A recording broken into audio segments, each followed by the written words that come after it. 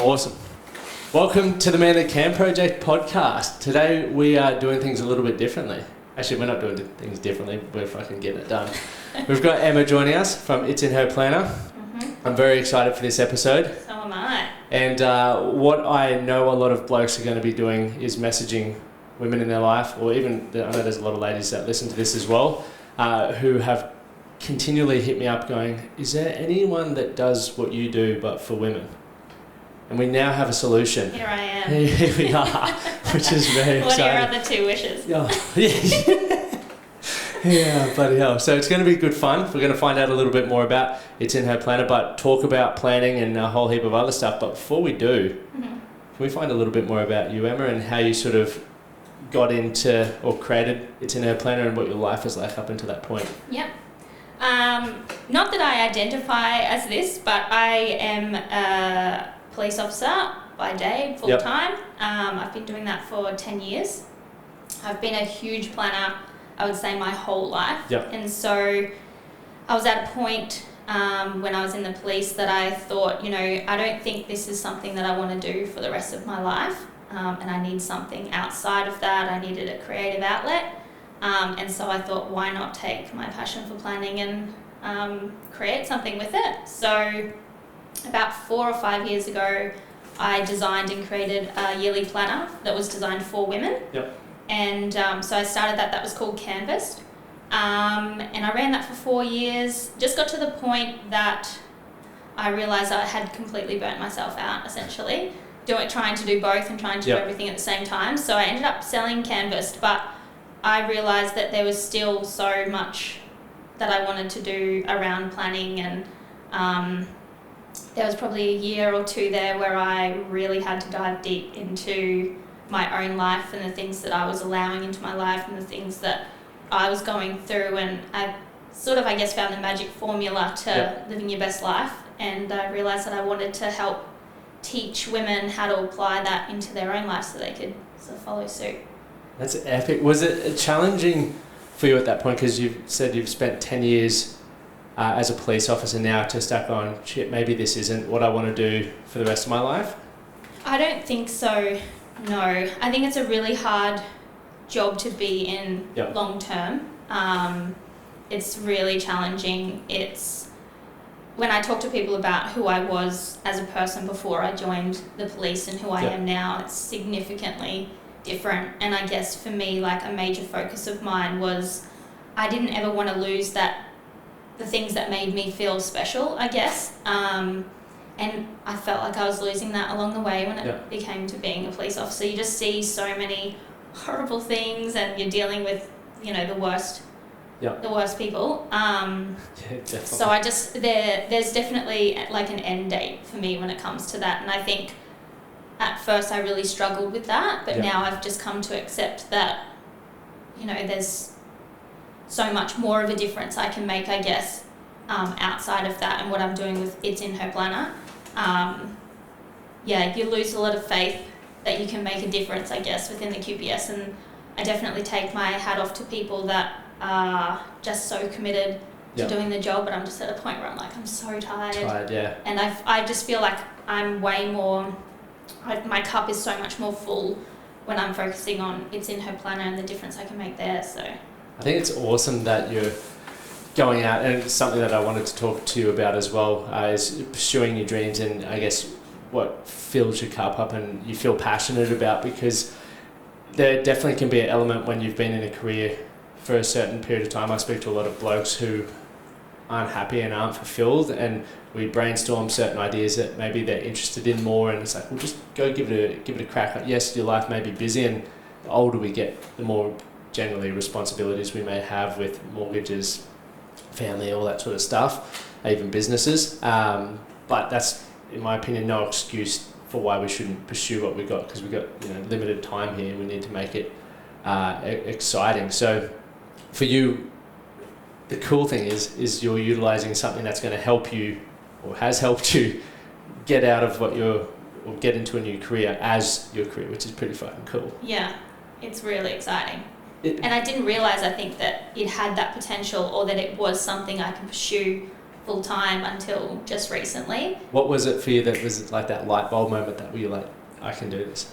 I mean, I think I definitely have moments, and all it takes, I think, is really sitting down and reflecting on what my goals are and what I'm actually doing to achieve those things. Yep. I think we can get really relaxed sometimes, or if we get busy and we don't really keep that bigger picture in mind at the end of the day, and we're not actually taking active action towards it, we can forget what our end goal is.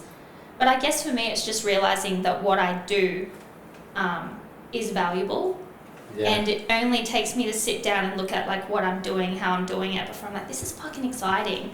And I know so many people would get value out of that. So I guess it's just that belief, but I'm definitely not immune to self-doubt and, questioning whether or not you can do these things every now and again. I think I can definitely relate to what you said then, where you sometimes maybe don't value the impact that what you do happens, because we both focus so much on, I guess, the structure and the process, and people aren't buying necessarily the structure and the process. It's what the structure and process gives them, which could be more family time, it could be better health, it could be more exciting relationships or free time, whatever it is. And from planning, that's what I like to get out of it, or more productivity.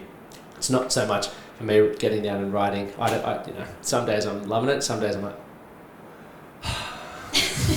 I just want to go to the gym or go for a walk or something. But it's, once again, I don't always enjoy brushing my teeth. Actually, I never really enjoy brushing my teeth. I enjoy having good breath and maybe just a good smile. But sometimes it's the process that we have to get used to in order to move through it. But you were talking about busy before. Yeah. So it's one of my favourite words, which I try to pull myself up on. But what's been your experience with, I guess, that label? And I like saying label because so many people are busy doing shit that's not really important, in my opinion. Yeah. I mean, I'm definitely guilty of it. I think when I was running Canvas especially, I always use the excuse, I'm busy. And I think in the moments where I'm saying that I'm busy, it are the moments where I'm neglecting, my relationships, my health. So I don't think being busy is something to be proud of. Because it ultimately means that you're sacrificing in other areas of your life. And I think there's the other areas of your life that, I particularly focus on in the membership, like your movement, your spaces, your mindset, and all of those things require you to not be busy, or planning around those things alleviates that. And I think when you actually sit down, when you're considering yourself busy, when you sit down and look at what you're doing, you realize there's so much shit that you're putting attention on or spending energy doing that you don't actually need to. That if you put focus in the other areas, just there's so much better outcomes for you, I guess. So for me, I no longer use the word busy as like something to be proud of. It's like that hustle culture's made it cool, and it's fucking not cool. Not cool. I see the hustle term thrown around, and honestly it makes me cringe, because I'm like, who the fuck wants to spend their life hustling? No, it's not fun. No. You talked about it before. You were burnt the fuck out, and I've been burnt out. Exactly. You can only do it for so long before you realise that, oh fuck, I'm actually, like, now I don't want to do anything.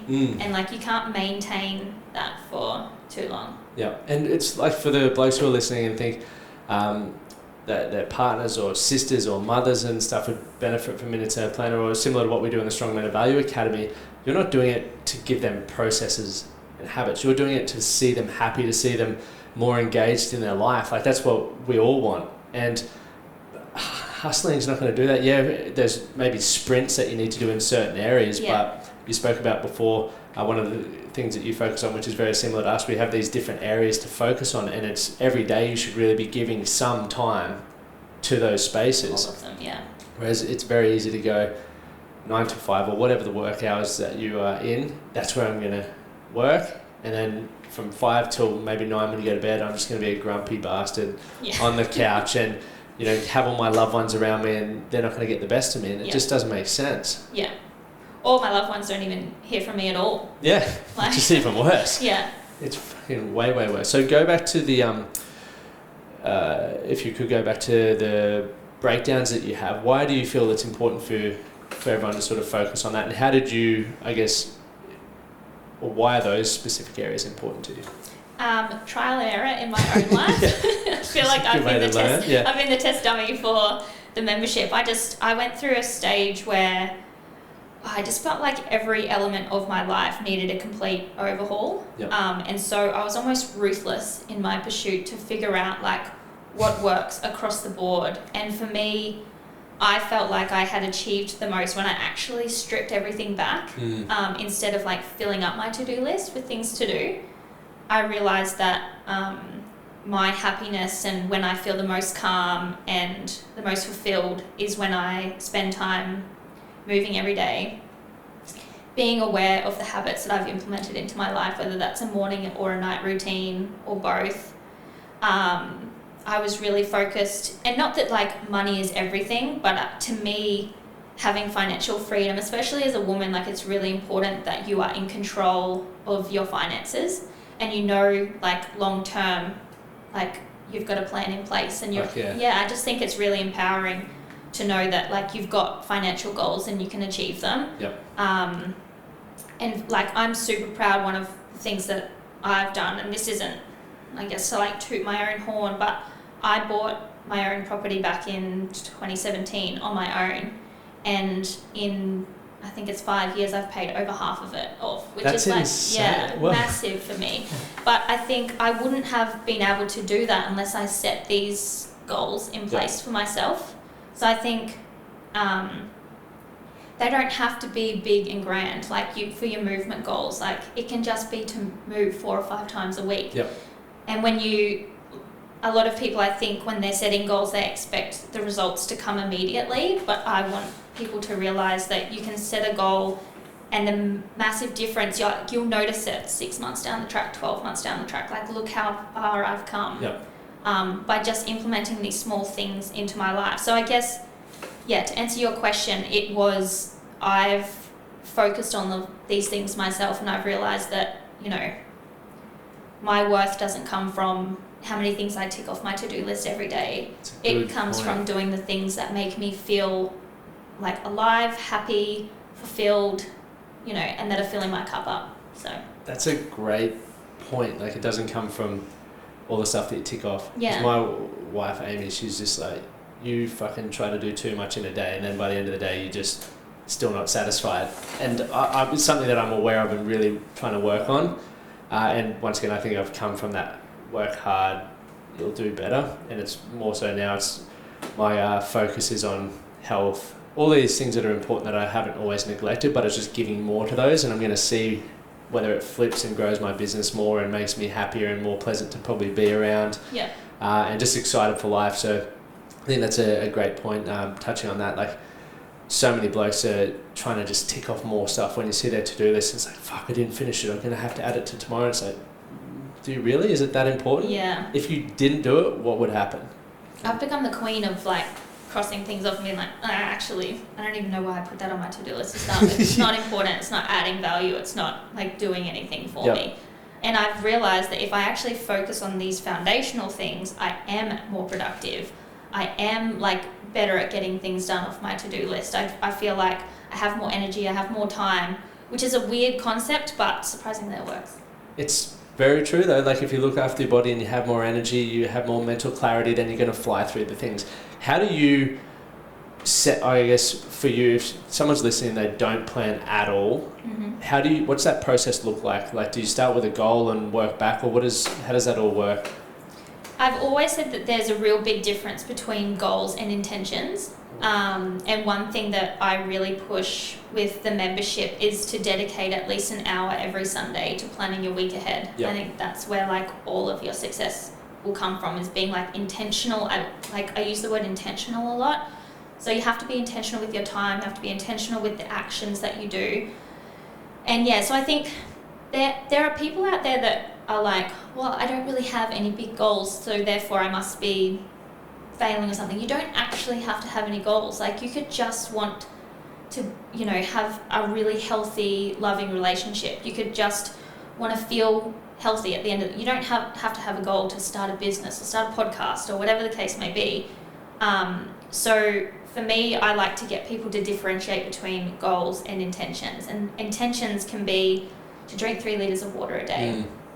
to go to the gym 4 times a week, to really have healthy morning and evening routines. And then once you nail those things, then build on them. If you then decide, you know, I really want my Saturdays to be like a day where I can work on something that I love. I don't know, that can be like, I want to be really good at rollerblading or sweet. whatever it is to you. Like, you have to have time for those passions, or you can never work out or figure out what lights you up if you don't give yourself the time to do that. And if you only ever want to just have intentions, I think it's really important to like be cool with that as well. 100%. It's so important, as you said, if you don't give time to figure out, maybe even purpose, what makes you happy, what lights you up, as you said, how the fuck do you ever expect to find it? Especially when a lot of the blokes that I work with, it's like I look at their calendars and they're trying to fit a meeting in with me and they're like, nah. I'm like, well, you're fucked. Yeah. Like, legitimately, you have to sacrifice something. Yeah. What could be more important than working out or mapping out the rest of your life? Because otherwise you're going to be on this constant hamster wheel where you don't have time for things that are important. Yeah. And you're not going to be happy at the end of it. And I've never really separated, so it's cool to listen to you speaking then, like goals and also intentions. I've just always labelled it goals, but now I'm going to start using what you say. Is like thinking about it as intentions, because it's purely that. Like when you think about a relationship, what could the goal be? Well, for some people it might be getting married, maybe. I've used that as a goal, but the intention is to just be a fucking awesome partner. So day by day, what are the intentions that you have to show up and execute on that? Yeah. And often people become passive or passengers because we're just, the only thing we really give attention to or focus to is work. Yeah. But everything else is just like... Yeah, I believe strongly in that. Like, do you want to dictate your own life, or do you want your life to dictate you? And that's why I think if you don't have an hour a week to sit down and plan out like what you're doing, where you're spending your time, who you're spending it with, then like you probably need the membership more than anyone. More than anyone. Yeah. 100%. Yeah. You need to... It's likening it to probably when you can't afford things, but you probably need to invest in them. Yeah. You know, when someone's pet gets sick, and you know, dog bills are fucking expensive, and most people don't have $5,000 laying around for a leg operation or something. I'm only saying this because my parents' staffies keep having their hips replaced. It's like that, and I'm like, all right, well, they find a way to make it happen, and that's the way I believe we should be looking at other areas of our life. Like, and we should also be finding a way before we get to the crisis point. Exactly. And that's where I guess planning. So from even a planning, because I plan a lot and I have intentions and I tick things off. I love doing that. The good dopamine hit. Yeah, it's awesome, isn't it? What would be some things that you've noticed, I guess, from people who do plan versus those who don't? Or even from your own experience in life when you have started planning, and probably prior to that when you didn't plan. I know you said you've been a planner for a long time, but... Yeah. Oh, don't get me wrong, I definitely have my moments where I won't plan my week ahead, and it's amazing the difference between how I feel. Like, as I said before, you're kind of just dictated by your schedule. I also feel like I probably would just spend a lot more time at home on the couch, not really getting anything done. Yep. You know, those moments where I plan at the start of the week, like I'm going to the 6 a.m. gym class, or I'm meeting my friend at 7 a.m. for coffee and going for a walk. And, you know, you have to reach out to those people to organise that. The feeling that I get after, you know, catching up with a friend and having a really great conversation versus how I'd feel if I didn't do it. Yep. Like, it's just such a black and white difference, you know what I mean? Like, it's... And, again, like... I like to stress to people, it's okay to have off weeks, and no one's ever perfect. I'm not perfect. I mean, calling myself a planner queen, but I'm not perfect when it comes to my planning.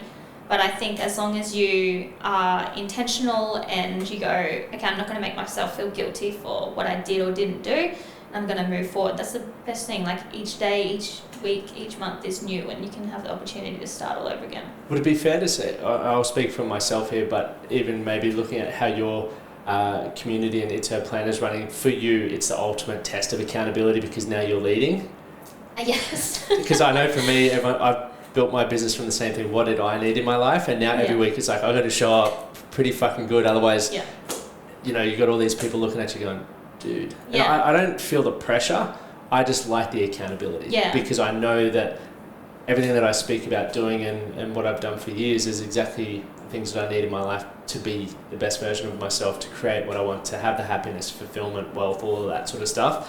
And I feel maybe if I didn't have that accountability, it'd be very easy. You probably wouldn't be progressing as you are either. But no, I definitely agree. It's and within the membership, I'm doing all of these things with the members. I'm not sort of dictating like, here, do this, and then walking away and then. So do your planner, and I'm just going to go chill out over here. So our mindset challenge for this week is to have a cold shower every morning. And I've introduced ice baths into my recovery, but getting me to get in a cold shower at home is really fucking hard. I've just never enjoyed it. I hate it the whole time. But the last couple of days, I've just been like, well, I have to do it because, I'm telling everyone else to do it and all the benefits that come with it. I have to be leading by example as well. So once I've struggled through the last couple of days. And especially now it's starting to get a bit crispy as well. That probably cold not morning. the best time to be implementing it. Do it December or January. That's what I've worked out. But I think another thing as well for those who are looking at whether it's the Strong Men of Value or your community as well, that it's in a planner. The cool thing, and this is sort of a cheeky referral plug, but it's also brilliant for helping people step up into leaders, because if you don't want to start your own business similar to how we have, which has literally been built off the back of what we needed and then the tools, tips and tricks we've learned along the way, when you become part of a community like that, obviously you get access to all the tools, tips and tricks, but you're also held accountable by a community, right? Which is so important, because you were speaking about before, being intentional with who you spend time around. So important. The next step, once you've sort of got in your groove and you're feeling good, is to invite mates along.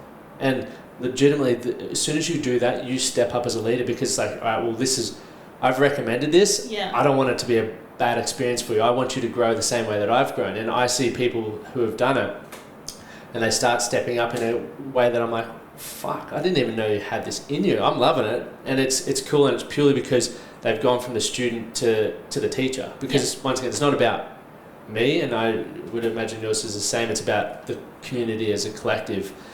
So for me, that's why the bloke's probably sick of me talking about it. I'm like, do you have a mate that wants a better life, like is pursuing potential, is wanting a better relationship, better health, whatever it is? Invite them in. Like, legitimately, because you get to then be the leader. I also think the benefit of that is you get to, I think for myself personally, when I do catch up with some of my friends, it's very surface level, like how was your week, what did you do on the weekend, whereas this goes so much deeper, and you also, like, you're growing, celebrating, you're doing all of these things, and I guess it takes you on a much deeper level than a catch up once a month would take you. You get to see all of these other people's growth as well as your own, and I think celebrating other people's wins like also inspires you to level up at the same time. When you can see a huge bunch of women who are all moving towards the same end goal, all different at the end of the day, but when they're all working on the same thing, and they're all like, I've had members buy houses, pay cash for cars, like not just lose weight, but just like feel so much better about themselves and the trajectory of their life. And for me, like, as someone who's running the membership, I don't know, I just get really like, I can't believe I get to do this, like, and help these women achieve all of these things. And it's really cool to watch everyone else sort of celebrate them as well. And you probably don't also get to see the ripple effect of like these women showing up as their best self and ticking off all these milestones in their life. Because I like to think about milestones, because it's like as soon as you hit one, you're on to the you celebrate, but you're on to the next thing, because we're continuing to pursue better. And the ripple effect that I sometimes get to hear, I don't always get to hear, and I'm imagining you'd be the same, of like a bloke or a lady who does achieve a huge milestone in their life. They get to then go back to their environment where they spend a lot of their time feeling more confident or secure in their finances or whatever. That can completely change. Literally, that for me, it's like generational change, because if you can give someone their power back, fuck, that's exciting. Because too many people walking around, like you walk through any street and just look at how many people are actually smiling. It's not many. Yeah. So we've got work to do. And I think a lot of I've had a lot of members come in that are mothers as well, which I think for a lot of women out there, once you become a mum, you do kind of lose that sense of like who you are. So it's really nice for me to hear from them being like, it's been so long since I actually put myself first, and it's been really nice, even if it is like the smallest of change. And whilst I'm not a mum myself, so I can't relate 100% to it, I think it's really easy to be like, well, I just can't do that anymore because I'm a mum. But it comes with like, you need to be able to communicate with the people around you and say, this is what I need in order to be my best self for you, for the kids, for, you know, my friends, for my family, and taking those steps to implement it. And I think once they realise that, you know, all it takes is a bit of good planning to do that, and then they're a much happier wife, partner, mother, friend, which I think a lot of people just convince themselves, oh, this is just how I am. Like, I can't change it because my circumstances just dictate that. But that realisation that they're like, oh, I'm actually in control of like my own happiness is just really cool. So cool. What's that process then look like? Say, for example, a lady's coming in for the first time. I know we spoke about this before, you separated intentions and goal planning, but if I were to come in and say, you know, I want to feel like I'm back in control of my life, is it a simple process, or is it like algebra? Unless you're good at algebra, but I suck at it. I mean, I think it's really simple. I break it down as much as possible for you. And I would say if you're coming into the membership just being like, my life is fucking chaotic and I don't even know where to begin, I would say just let's start from scratch. How my membership works is every week you get an email on a Sunday morning which encourages you to sit down and plan, and I almost like hand everything to them on a silver platter, like, here's your focus for the week, here is your movement inspo, here's what we're doing with our money, our spaces. Like, our spaces is a big one for me, because I think at the end of the day you can be busy and, you know, doing things outside and work, kids and everything else. I think it's really important that your home should feel like your retreat. It shouldn't be something that adds to the chaos of your life. So we do everything in little tiny manageable chunks. I don't throw you into the deep end because, as I said before, like, it's an entire process, and if you try and do it all at once, you end up doing nothing. So it's a real journey. And essentially I just break it down for you. It's perfect. It's done. And you can pick and choose. Like, the idea is to make it work around your schedule. So my schedule's different to a lot of other. I'm a shift worker, not a mum. You know, it's about making it work for you. So I think it's structured in a way that says, okay, here's the things I have to do for this week. How am I going to make them work with my structure, my planning, my week? And then what are my non-negotiables, which for me is always movement. I think as soon as I implement movement into my week, the rest kind of just flows. Can you elaborate a bit more on what non-negotiables are? Because I know there's a lot of people who don't have any non-negotiables. So non-negotiables for me is something that I need to do in order to be like the happiest version of myself. So movement for me has always been like a really understated form of therapy. I also find that implementing like alone time into my week is really important. And then obviously my intentions when it comes to, I think reading for me is like the switch off thing. People might have different versions of how they switch off, but for me reading is like the best form of like separating. You know, our minds can get so busy. But if you're implementing reading, so I always do it before bed. But some people might enjoy doing that in the mornings.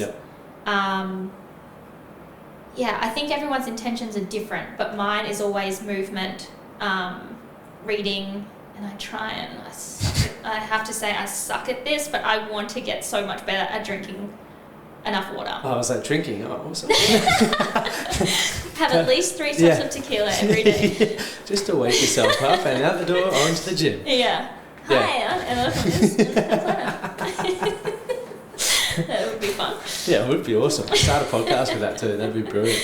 But it's the hydration thing is something that when I start feeling flat, I'm looking at, am I eating enough or whatever? And often it's just the fact that I'm literally not drinking enough water. Like, give yourself guys a challenge for anyone who's listening. Just for 1 week, try and drink, let's say 3 litres of water or 3 big drink bottles, and see how you feel at the end of the week. Take note of your energy every day. Out of 10, 10 being like you could run a marathon maybe, or keep up with children all day. You need 10 for that. And 1 being like you're dragging your ass out of bed, and just rate yourself every day and see how you feel after a week of hydrating yourself. Yeah. And that's the idea behind the membership as well, is implement these habits. And I think it's easy to sort of see the difference. Like after a week you can go, actually I feel so much better. And then the idea is to keep doing that and then building on it as Why do you think people, I'm curious to this question, why do you feel people start building habits or just taking new intentions or actions and then stop once they get a result, or even maybe don't get the result? I think they stop if it's not something that they actually truly believe in or are passionate about. For me, the idea of like not planning anymore is just... It's not... No, it just can't happen. I'm twitching. It's like you have to love what you do, and it has to work for you. Otherwise, there's no point. And I've always said that. But I think people are also really results driven, so they have to see that it's making a difference. But you actually also have to give it the time it deserves in order to sort of get a clear idea on it. And I always say, like, I might get you to implement something in a week that you're like, I actually fucking hated that. If you don't want to continue doing it, don't do it. There's plenty of other things that we can do to make you feel better. And I think that's the important thing, is there's so many tools and resources, and I think that's what overwhelms a lot of people. Yeah. But if you can just say, okay, I'll just take action on this one thing that you may serve up every week, and it's like, okay, I feel that does add value to my life. As you said, keep doing it. If you don't feel it is, ask yourself, okay, why do I feel that potentially didn't add any value or didn't work for me? And is there anything that may be similar that has a few tweaks that is going to be better suited, or do I just need something completely different? Yeah. And I think, because I'm big on getting people to do morning routines, because it's setting their day up for what they want to achieve. And I go through phases where when I'm heavy into work, I've got like a really structured, pretty heavy morning routine. And when I tell people, they're like, whoa, I'm like, you don't need to do that. You could literally just go for, grab yourself a coffee and go for a walk if that sets you up for your day. That's fine. Yeah. Just pick and choose what works for you. And obviously, as our life gets busier or situations change, adapt. Don't freak out. Yeah. Like, just be okay with, it's fine, but ask yourself, what's the one thing that if I have to cut everything else out, that's going to help me have the most, X day that's going to get me the result that I want, whether it's beneficial, productive, fun, whatever that looks like for you. Yeah. And I've always said, like, when it comes to your planning, you have to learn to be flexible. Like, nothing is concrete, because that's where people come unstuck too, because they're like, things change. You have to be able to work around that, and not punish yourself if a day didn't go as you expected it to. I think at the end of the day, if you wake up and you have like it's about your mindset. Like, if you're focused on what you want your day to look like, and you attack it with the right intentions, like, you can't go wrong. Yeah. It might not look perfect when you get to the end of the day, but you've done things with intention. And I think that puts you like so much more just in a much better space than someone who didn't. Yeah, definitely. Yeah. It just crumbles around them, and there's definitely people that you may speak to or spend time around, and every time you see them, their life's falling apart around them, and you're like, okay, well, what are you actively doing? One, are you aware of the fact that you're maybe the reason why a lot of this stuff's happening, because you're not being intentional? Yeah. And then when we try to compare results, and this probably goes back to definitely goes back to planning. If you're not getting the results that you want in your life, and you aren't planning, how do you expect to look back and go, what's working well for me and what's not? Yeah. Like, I think that's probably one of the most powerful things. We just finished our 12-week game plan Friday or something, yesterday, really Sunday. And now I get to go back. We've got this whole week to just go back over the 12 weeks and see how many, see what our consistency was like, see what our mood was like, what we were doing well and what we weren't. So then when we start again, we can go, okay, well, the one thing I want to improve might be my movement over the next 12 weeks, or it might be practicing gratitudes, or it might be not drinking coffee, whatever it is. Yeah. To see how that can improve our mood, our lives, our relationships, and all those key areas that are so important. I believe, as you said earlier, fundamental to living an exceptional life. Yeah. I think also like a major thing that I tell people, at the end of the day, you can sit down on a Sunday and plan out the most beautiful, perfect week, but unless you're actually taking action, that's where the magic lies for me. You have to be willing to take action. Yeah. I can't make you do those things. I can, I can teach you the best way to set things up, and I can give you all the inspo in the world, but unless you actually take action on those things, like, there's no point in planning your perfect week. You have to be willing to take the action. What do you feel holds people back from taking the action? Especially when you've got like sometimes I even highlight my diary. That's how keen I am on a Sunday to make it look good, like different colours. And sometimes I just don't fucking do the work. Again, I just think like it just comes down to, well, like, are you making excuses for it? Do you not actually want to do the things you're... Like, I don't want people to put down that they're running 5K this week when they actually fucking hate running and they'd rather do a yoga class instead. Like, find your running or find your yoga, whatever that works for you. So are you picking the things that you like to do, or are you just doing it because you saw someone on Instagram post it, or whatever the case may be? And I would love to create like unique schedules for everyone in the membership, but I can only give them what I give them. But at the end of the day, it's like not broad advice, but it's advice that sort of leads you in the right direction. And I definitely, there's a lot of value in there, but I think if you're overwhelming yourself with things to do, or you're actually not doing things that you want to do, that's probably where you're gonna stop. And we always, review our weeks every week. So you might be starting a new week, but you look back on the last one and be like, why didn't I do my morning routine every morning this week? And it's because you've put fucking 10 things on there. Like, just try do 2.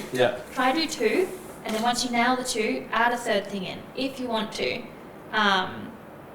Again, as I said before, we try and do a million things at once and we end up doing none. So just strip it back, simplify it. Simplify it is the key. The 2 things I'm really picking up on is be fucking intentional and keep it simple.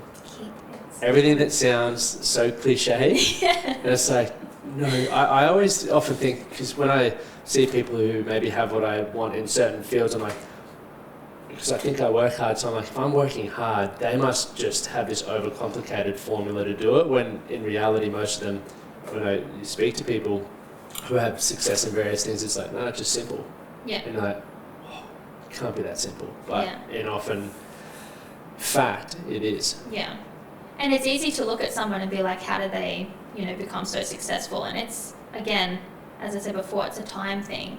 I'd love to be at X amount of members and helping X amount of people, but it's like I just have to believe that I will get there eventually. I have to keep doing what I'm doing, one step at a time.